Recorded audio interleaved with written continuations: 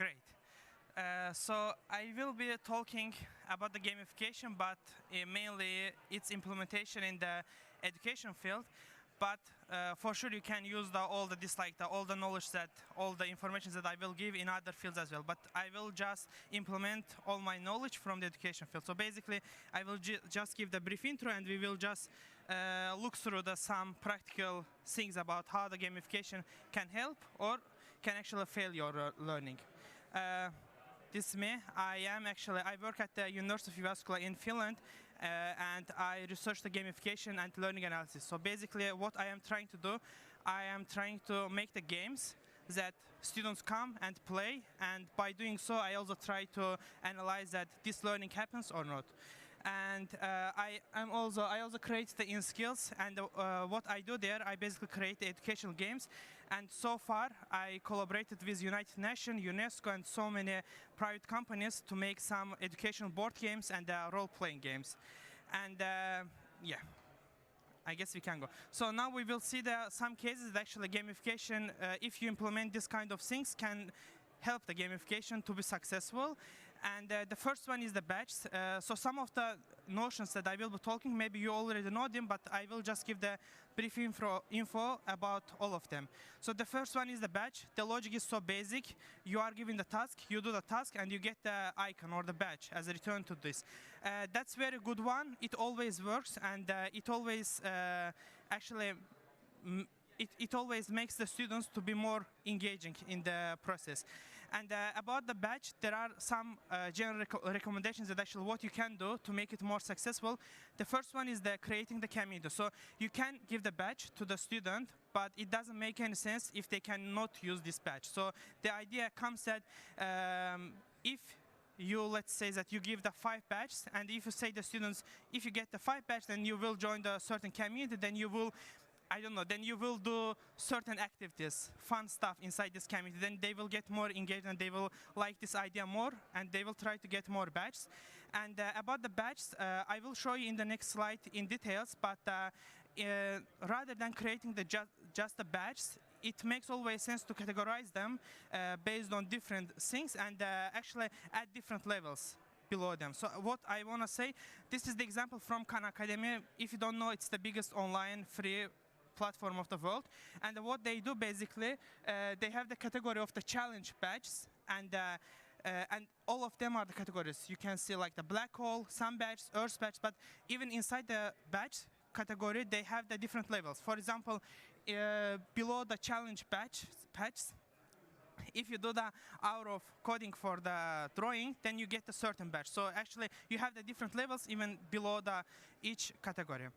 Then the second one is the rewards. The logic is so basic. Basically, you do the task, you get the coins. Again, if the students cannot use the coins, then it's basically meaningless. So what you can do here, the best experience maybe you already experienced while playing the game is that you give the coins, but you also create some kind of shops, and you just let the people to use these coins inside the game. But what I can give you one good example is that in Finland there was one school that in the school they give you the money, like of course mock-up money, if you answer certain questions, and you collect the money and you use this money in the breaks, like they have their shops, and you go there, you pay something, and you buy something. So you can implement this in the, let's say, basic classroom. The third one is the challenge. Challenge is something special rather than the casual tasks. So basically, you always give the challenge to the user, to the player. They always do something. But the main points about the challenge is that they should be really like the unique. They should be something special. I put the example from the Duolingo here. For example, they have the daily tasks, daily challenge, weekly challenge, and the monthly challenge. And in this example, for example, they had the anniversary, and in this anniversary they put a certain challenge, and if you do, you get more points, something like this.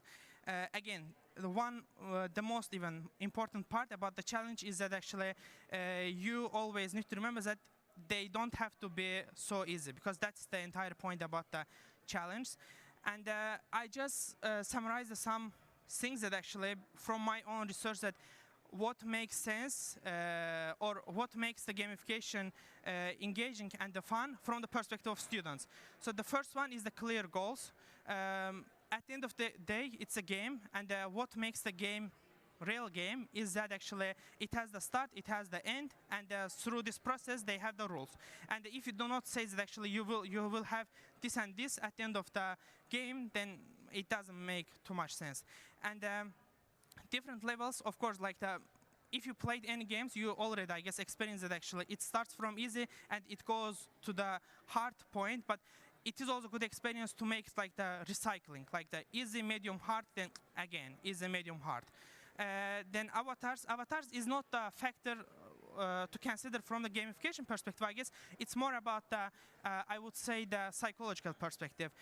The children told us that actually they really like if the platform has a certain avatar. I guess if anyone has used the Duolingo, they already have the connection with the Duo or like the other avatars that actually emerge when you finish the task. And the brief analytics, it always makes sense actually, rather than make them to play something, it is also important to show them that actually they learn something, because we all are human beings and we all like to see that actually what we learn at the end of the day, what's our progress. And what kind of things actually can fail the learning through gamification. The first one is the leaderboard. I guess that would be one of the most famous gamification elements that you have seen. The idea again is so basic. You get the points. If you get more points, you are in the top places. If you get less points, you are in the bottom place. But why it is bad experience is that if you were in a leaderboard, you also experience, I guess, this one. If you are in the top 3, then everything is amazing. You are like really fighting for to be in the like top 3. But if you are in the bottom 3, then everything is so bad. You think that actually you cannot catch up the ones actually who are in the top 3, and that's really bad one. And I will show you that actually how you can fight with this one. The first one is the the first one is that actually at the middle of the, let's say, process, you just give the additional challenge and let them, these bottom 3 people, to go upper places by doing this challenge. So basically, you just try to bring them back to the game. And the third one is the different leagues. Amazing example from Duolingo is that actually there are different leagues, and if you do more tasks, you are here, promotion zone, you go to the next league. If you are in the demotion zone, like the bottom 10, then you go to the previous league. And if you are doing quite okay, then you stay in the league. It's very amazing because I did one research with the students from Finland about the Duolingo, and they told us that actually even they see that actually, oh, this there is periods that you can promote or demote from the league, and they always say that, oh, when I see that actually this time comes, then they just want to stay in the league. They just don't want to get demoted.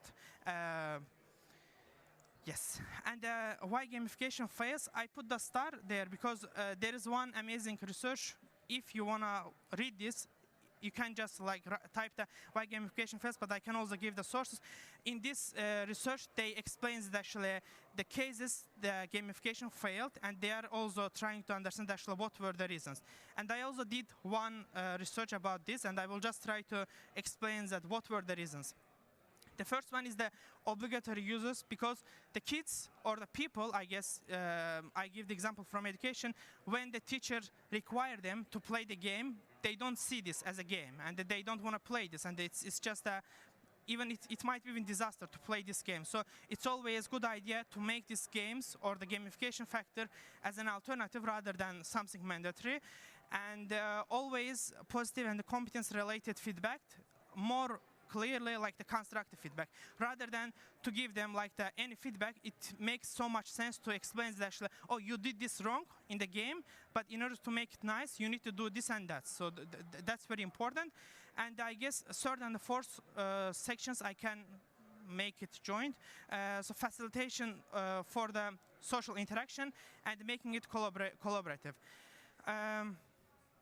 Some kids like to play alone, and that's totally okay. But there are the main games that were successful so far, you were playing with other people. I guess maybe if you have played Counter-Strike or like the similar games, you generally fight against someone, and it makes it like the really collaborative. And even you might be even in the same team, but it makes always sense to be in the social interaction with someone to make the game more engaging, and the more engaging means that actually it will be more successful for sure. I also put the sentences there because I really like these sentences a lot. Gamification actually is not a goal, because we always use the gamification to make something to happen. And in my case, actually, I never focus on the gamification. I focus on the whether learning happens or not. So I guess that's the key point. And one sentence is that I really like, we do not stop playing because we grow old. We grow old because we stop playing. That's really good sentences I like. And that's the first sentences actually I read when I started my doctoral studies. This is my contacts. You can always get in touch with me. And thank you so much.